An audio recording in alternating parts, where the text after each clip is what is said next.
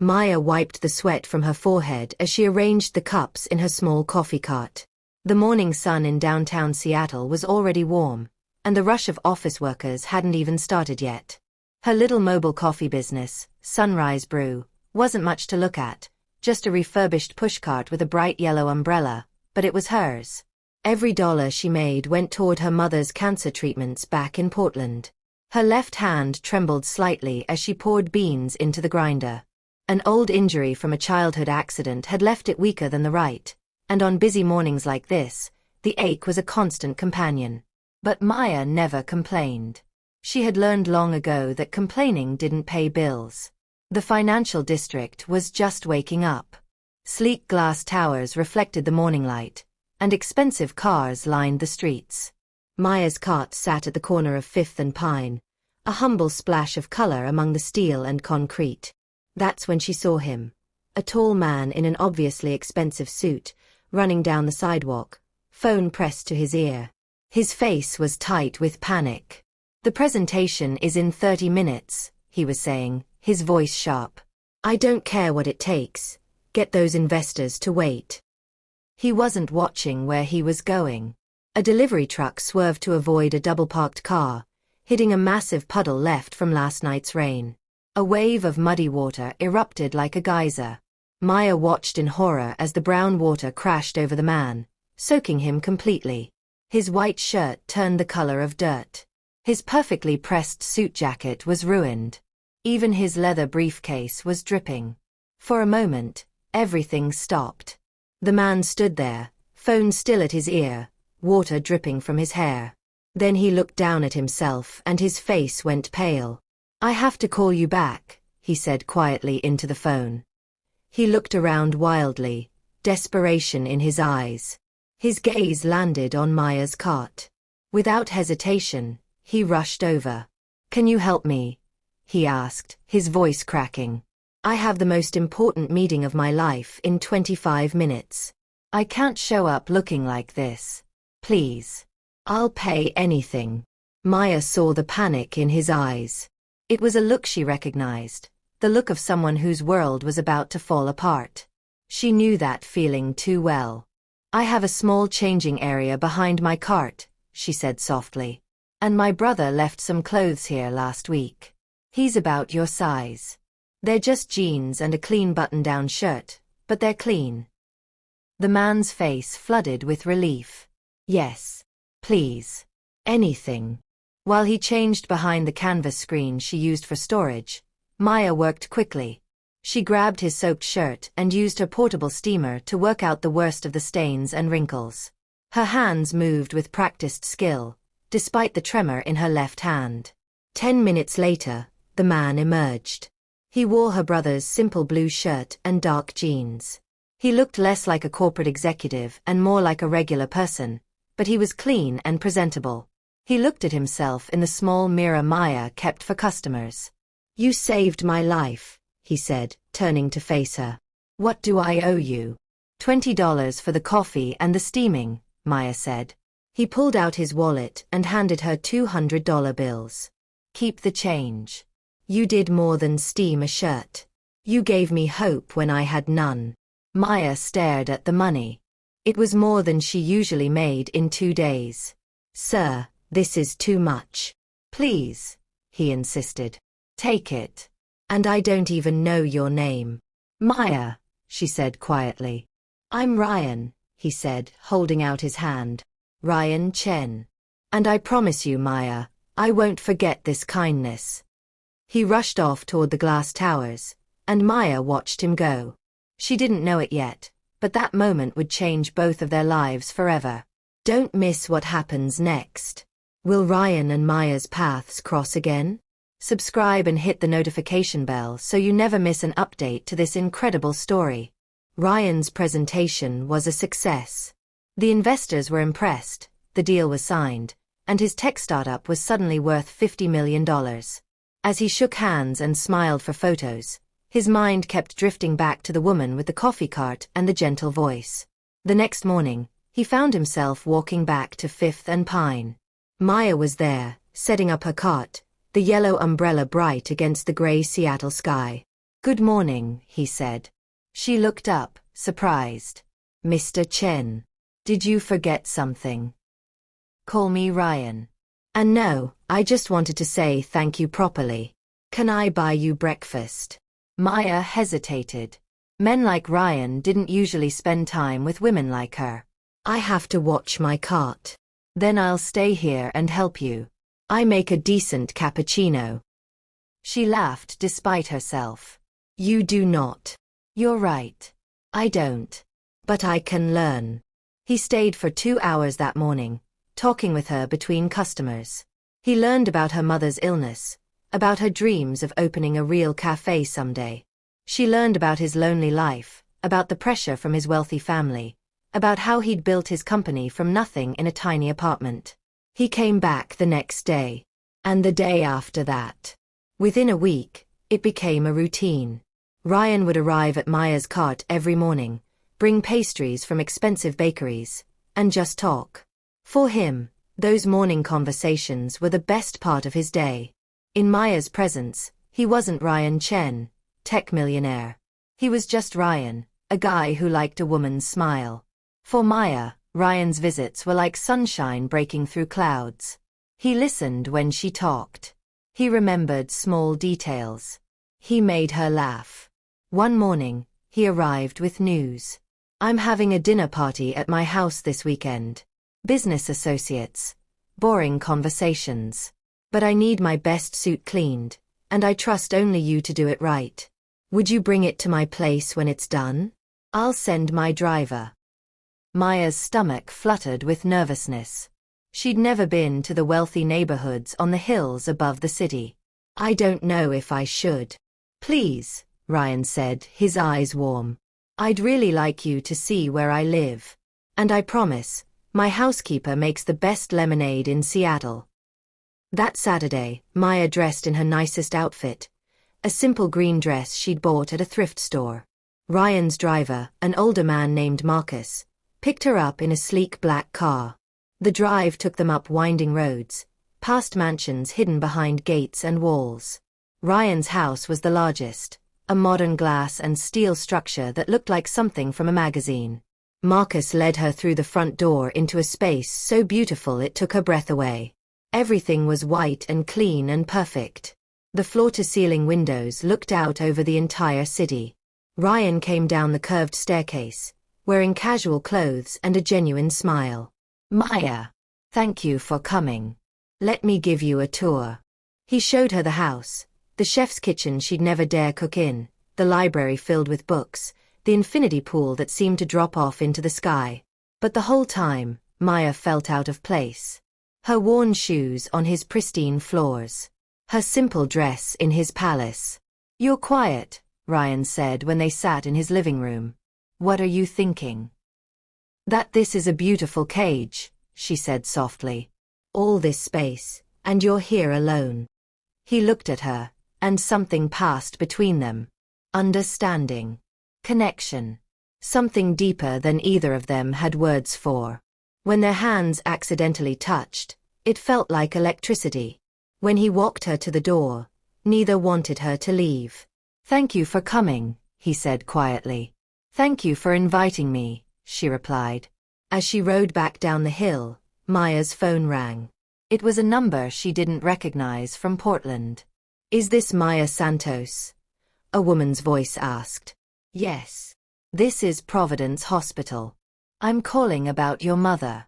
She's been admitted to the ICU. The cancer has spread.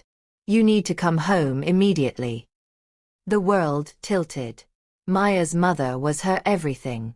The reason she worked so hard, the reason she endured the pain in her hand, the reason she kept pushing forward. She called Ryan without thinking. Her fingers shook as she dialed. Maya. He answered on the first ring. It's my mother, she sobbed, telling him everything through her tears. Give me the hospital name, Ryan said, his voice firm. Don't move. I'm handling this. Within an hour, Ryan had arranged for the best oncologist in Portland to see Maya's mother. He'd paid for all the treatments, all the tests, everything.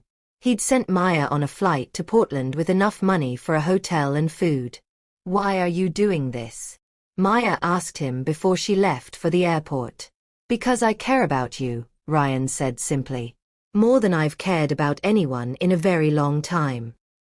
She kissed him then, in the middle of the airport terminal, with people rushing past them. It was a kiss full of gratitude and hope, and the beginning of something neither of them fully understood yet. Maya spent 2 weeks in Portland while her mother underwent treatment. The doctors were optimistic. Ryan's money had bought the best care available, and her mother was responding well. Every night, Ryan would call. They'd talk for hours, about everything and nothing. Maya felt herself falling for him, and she could tell he felt the same. But when she returned to Seattle, everything had changed. There was a woman at Ryan's house.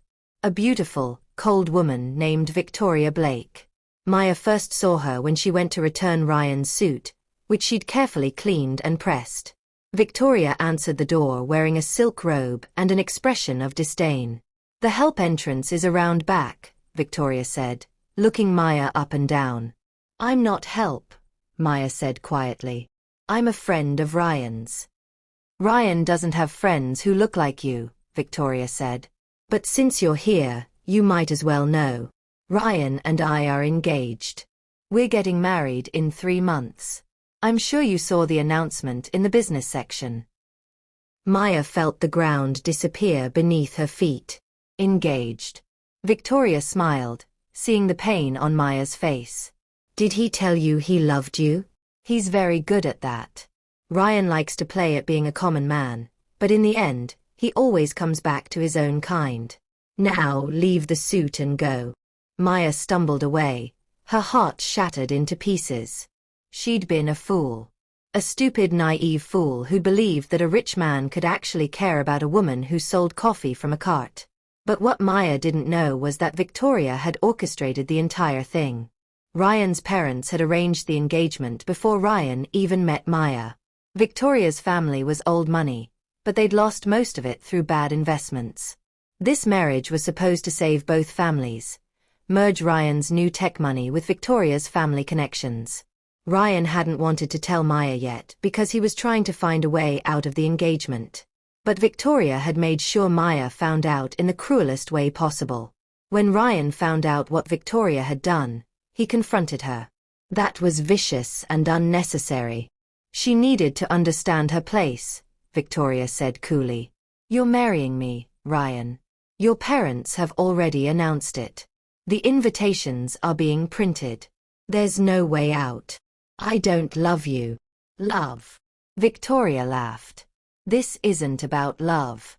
This is about power, money, and family legacy. You'll learn to accept it. Ryan tried to find Maya, but she wouldn't answer his calls. She'd closed herself off, focusing only on her work and her mother's recovery. Then Victoria made her next move. She had Maya's coffee cart location reported to the city as operating without proper permits. Within a week, Maya's cart was confiscated. Her entire business, everything she'd built, was gone. With no income and no way to pay for her mother's ongoing treatments, Maya was desperate. When Ryan heard what happened, he insisted she come to his house. I'll take care of everything, he said. The cart, your mother's treatment, everything. Just please, let me help you. I don't want your charity, Maya said, her voice broken. It's not charity. It's love. Maya wanted to believe him. But with Victoria living in his house, planning their wedding, what choice did she have? She accepted a room in the staff quarters, telling herself it was temporary. Just until she got back on her feet. She had no idea she was walking into a nightmare. Victoria made Maya's life hell. She treated her like a servant, giving her impossible tasks and humiliating her in front of the other staff. She made her wash clothes by hand until Maya's weak hand ached so badly she could barely move it. She made her scrub floors, serve dinner parties, and endure cruel comments about her appearance and background. Poverty has a smell, Victoria would say. Make sure you shower before you serve dinner tonight. Ryan saw some of it and tried to intervene, but Victoria was clever. She'd be cruel when Ryan wasn't around, and sweet when he was watching. She'd paint Maya as oversensitive or clumsy. "I'm just trying to teach her proper household management," Victoria would say innocently. "Isn't that what you wanted? For her to have a place here?" Maya endured it all in silence. She had nowhere else to go. Her mother needed the treatments Ryan was paying for. She was trapped. And then Maya discovered something that changed everything. She was pregnant with Ryan's child. Maya stared at the pregnancy test with shaking hands. 2 pink lines. Positive. She was carrying Ryan's baby. For a moment, pure joy flooded through her. A child. Ryan's child. But then reality crashed down. Ryan was engaged to Victoria. His wedding was in 2 months. What would happen to her and this baby? She decided to keep it secret. She'd find a way to leave before anyone noticed. She'd go back to Portland, raise the baby on her own. Ryan would never have to know. But Victoria noticed everything. Maya had started feeling sick in the mornings. She'd rushed to the bathroom, trying to be quiet. She'd stopped eating the staff meals, instead taking small amounts of food to her room. She was constantly tired, constantly pale. Victoria watched it all with calculating eyes.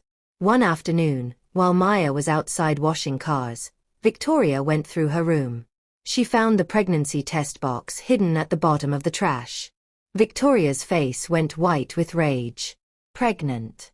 The little rat was pregnant with Ryan's child. This baby would ruin everything. Ryan might actually leave her for Maya. The wedding would be cancelled. Her family's financial salvation would disappear. No. Victoria wouldn't let that happen. That evening, the staff was preparing a large dinner for Ryan's business partners. Maya had made herself a small pot of vegetable soup to eat later in her room. She left it on the kitchen counter while she helped serve the main meal. Victoria waited until no one was looking. She pulled a small bottle from her pocket, herbs she'd bought from a shady online seller, herbs that were supposed to cleanse a woman's body. She poured a generous amount into Maya's soup, stirred it quickly, and walked away. Later that night, Maya ate the soup in her room. It tasted bitter, but she was so hungry she barely noticed. The pain started 20 minutes later. Sharp, twisting cramps that made her gasp. She doubled over, clutching her stomach. Something was very wrong. "My baby," she whispered. "Oh God, my baby." She tried to stand, to call for help, but her legs gave out. She collapsed on the floor, the world spinning around her. Ryan found her hours later when he came looking for her. He'd wanted to talk to her, to tell her he'd decided to cancel the wedding and be with her instead. But when he opened her door and saw her unconscious on the floor, covered in sweat, his blood ran cold. He carried her to his car and drove straight to Seattle General Hospital. Victoria followed, wearing a perfect mask of concern. But inside, she was calculating her next move. At the hospital, a young doctor named Dr. Lee examined Maya. She was stabilized, given 4 fluids, and admitted for observation. The baby's heartbeat was still strong, but Maya was in danger. While Ryan was filling out paperwork, Victoria cornered Dr. Lee. She pressed an envelope thick with cash into his hands. "Her name is Maya Santos," Victoria whispered. "She's a problem that needs to disappear.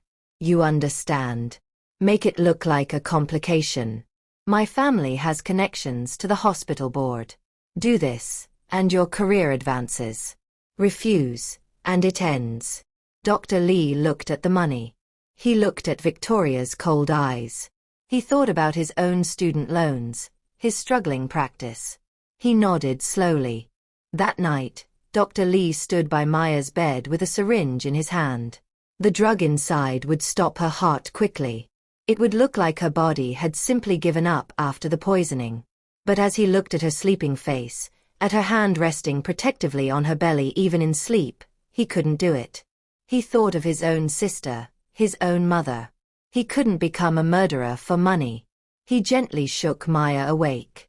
"You need to leave," he whispered urgently. "Now.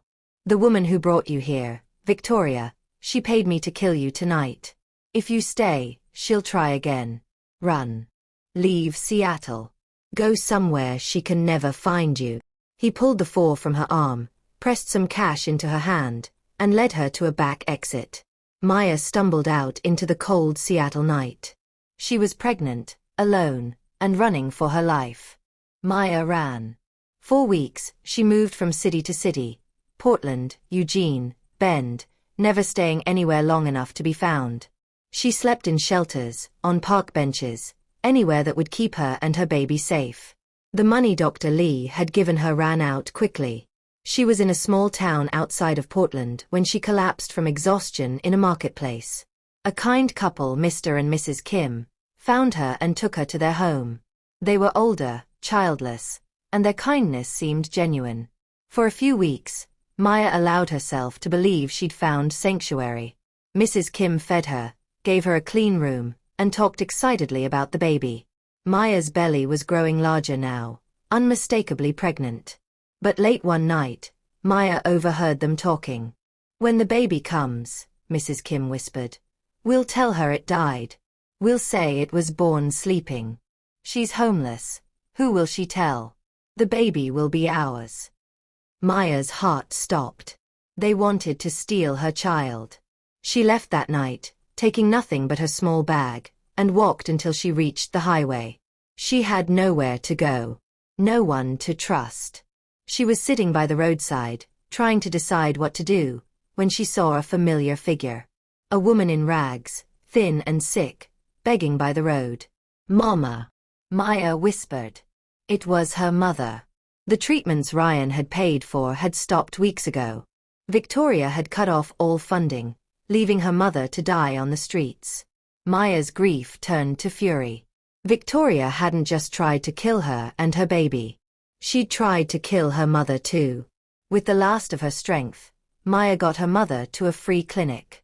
She started working odd jobs, cleaning, washing, anything to earn money for food. She was 8 months pregnant, exhausted, but she was also done running.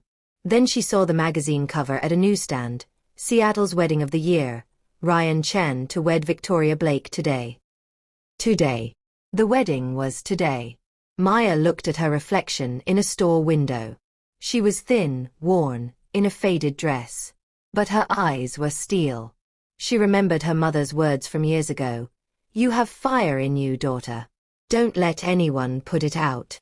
She used the last of her money for a bus ticket to Seattle. The wedding venue was a massive glass hall in downtown Seattle, decorated with thousands of white orchids. Luxury cars lined the street. Security guards checked the guest list at the door. Maya walked past them, her head held high, her pregnant belly leading the way. They were too shocked to stop her. The music stopped when she walked down the aisle. Hundreds of heads turned. Gasps echoed through the hall. At the altar, Ryan stood frozen. He stared at Maya as if seeing a ghost. "Maya," he breathed. "You're alive." Victoria spun around, her face a mask of shock that quickly turned to rage. "Security. Get this homeless woman out of my wedding." But Maya kept walking. She stopped in front of Ryan, her eyes never leaving his. "I'm alive," she said, her voice clear and strong. "And this is your child." The hall erupted in chaos. Ryan's mother fainted. Guests began shouting. "She's lying." Victoria shrieked. "She's a crazy stalker trying to ruin my wedding." Then a man stood up from the back of the hall. Dr. Lee. He held up his phone. "She's not lying," he said. "And I have proof. I recorded the conversation where Victoria Blake paid me to murder Maya Santos." He pressed play. Victoria's voice filled the hall, cold and clear. "Make it look like a complication. Make sure neither she nor the baby survives." The silence that followed was deafening. Police officers who'd been providing security moved toward Victoria. She didn't run. She just stood there, her beautiful wedding dress suddenly looking like a costume. "You were supposed to be dead," she whispered to Maya, her voice hollow. "I paid so much money." "Love is stronger than money," Maya said quietly. "You never understood that." Ryan didn't look at Victoria. He didn't look at his parents, who stood in shame. He only looked at Maya. He walked to her, fell to his knees, and gently touched her pregnant belly. "I'm sorry," he said, tears streaming down his face. "I'm so sorry for everything. I thought you'd left me. I thought you didn't want me. I was trapped by my family's expectations, by tradition. But I should have fought harder. I should have found you." Maya placed her hands on his head. "I'm here now. We're here now." Victoria was led away by police. Her father, who'd been at the wedding, followed, head down. The guests scattered, already pulling out phones to spread the gossip. Ryan and Maya left the ruined wedding together. They didn't go to his mansion. They went to a small apartment he rented that day, a simple place where they could start fresh. 3 months later, Maya gave birth to a healthy baby boy. They named him Ray, after Ryan, but also after the sunshine that had finally broken through their storm. Ryan sold his tech company. He used the money to start a non-profit helping homeless women and children, inspired by Maya's journey. They moved to a modest house in a quiet neighborhood, far from the wealthy hills. Maya opened her coffee shop. A real one, with tables and chairs and a door that locked. She called it Sunrise Brew, just like her old cart. Ryan worked there with her some mornings, learning to make that cappuccino he'd never mastered. His wealthy parents eventually came around, ashamed of their role in nearly destroying their son's happiness. They had to accept that real love didn't come with a pedigree or a trust fund. On quiet evenings, Ryan would hold his son while Maya made coffee for the two of them. They'd sit together and watch the sunset paint the Seattle sky in shades of pink and gold. "Do you ever regret it?" Maya asked one evening. "Giving up everything for this life?" Ryan looked at her, at their son sleeping peacefully in his arms, at the small warm coffee shop that smelled like home. "I didn't give up everything," he said. "I gave up nothing to gain everything that matters." Maya smiled and leaned her head on his shoulder. The road had been long and painful, but it had led them here. Together. Safe. Loved. And that was worth more than all the money in the world. Thank you for reading this incredible journey of love, betrayal, and redemption. If you enjoyed this story, please subscribe to our channel for more amazing stories. Hit that like button and turn on the notification bell so you never miss our next upload. What did you think of Maya's revenge? Let us know in the comments below. See you in the next story.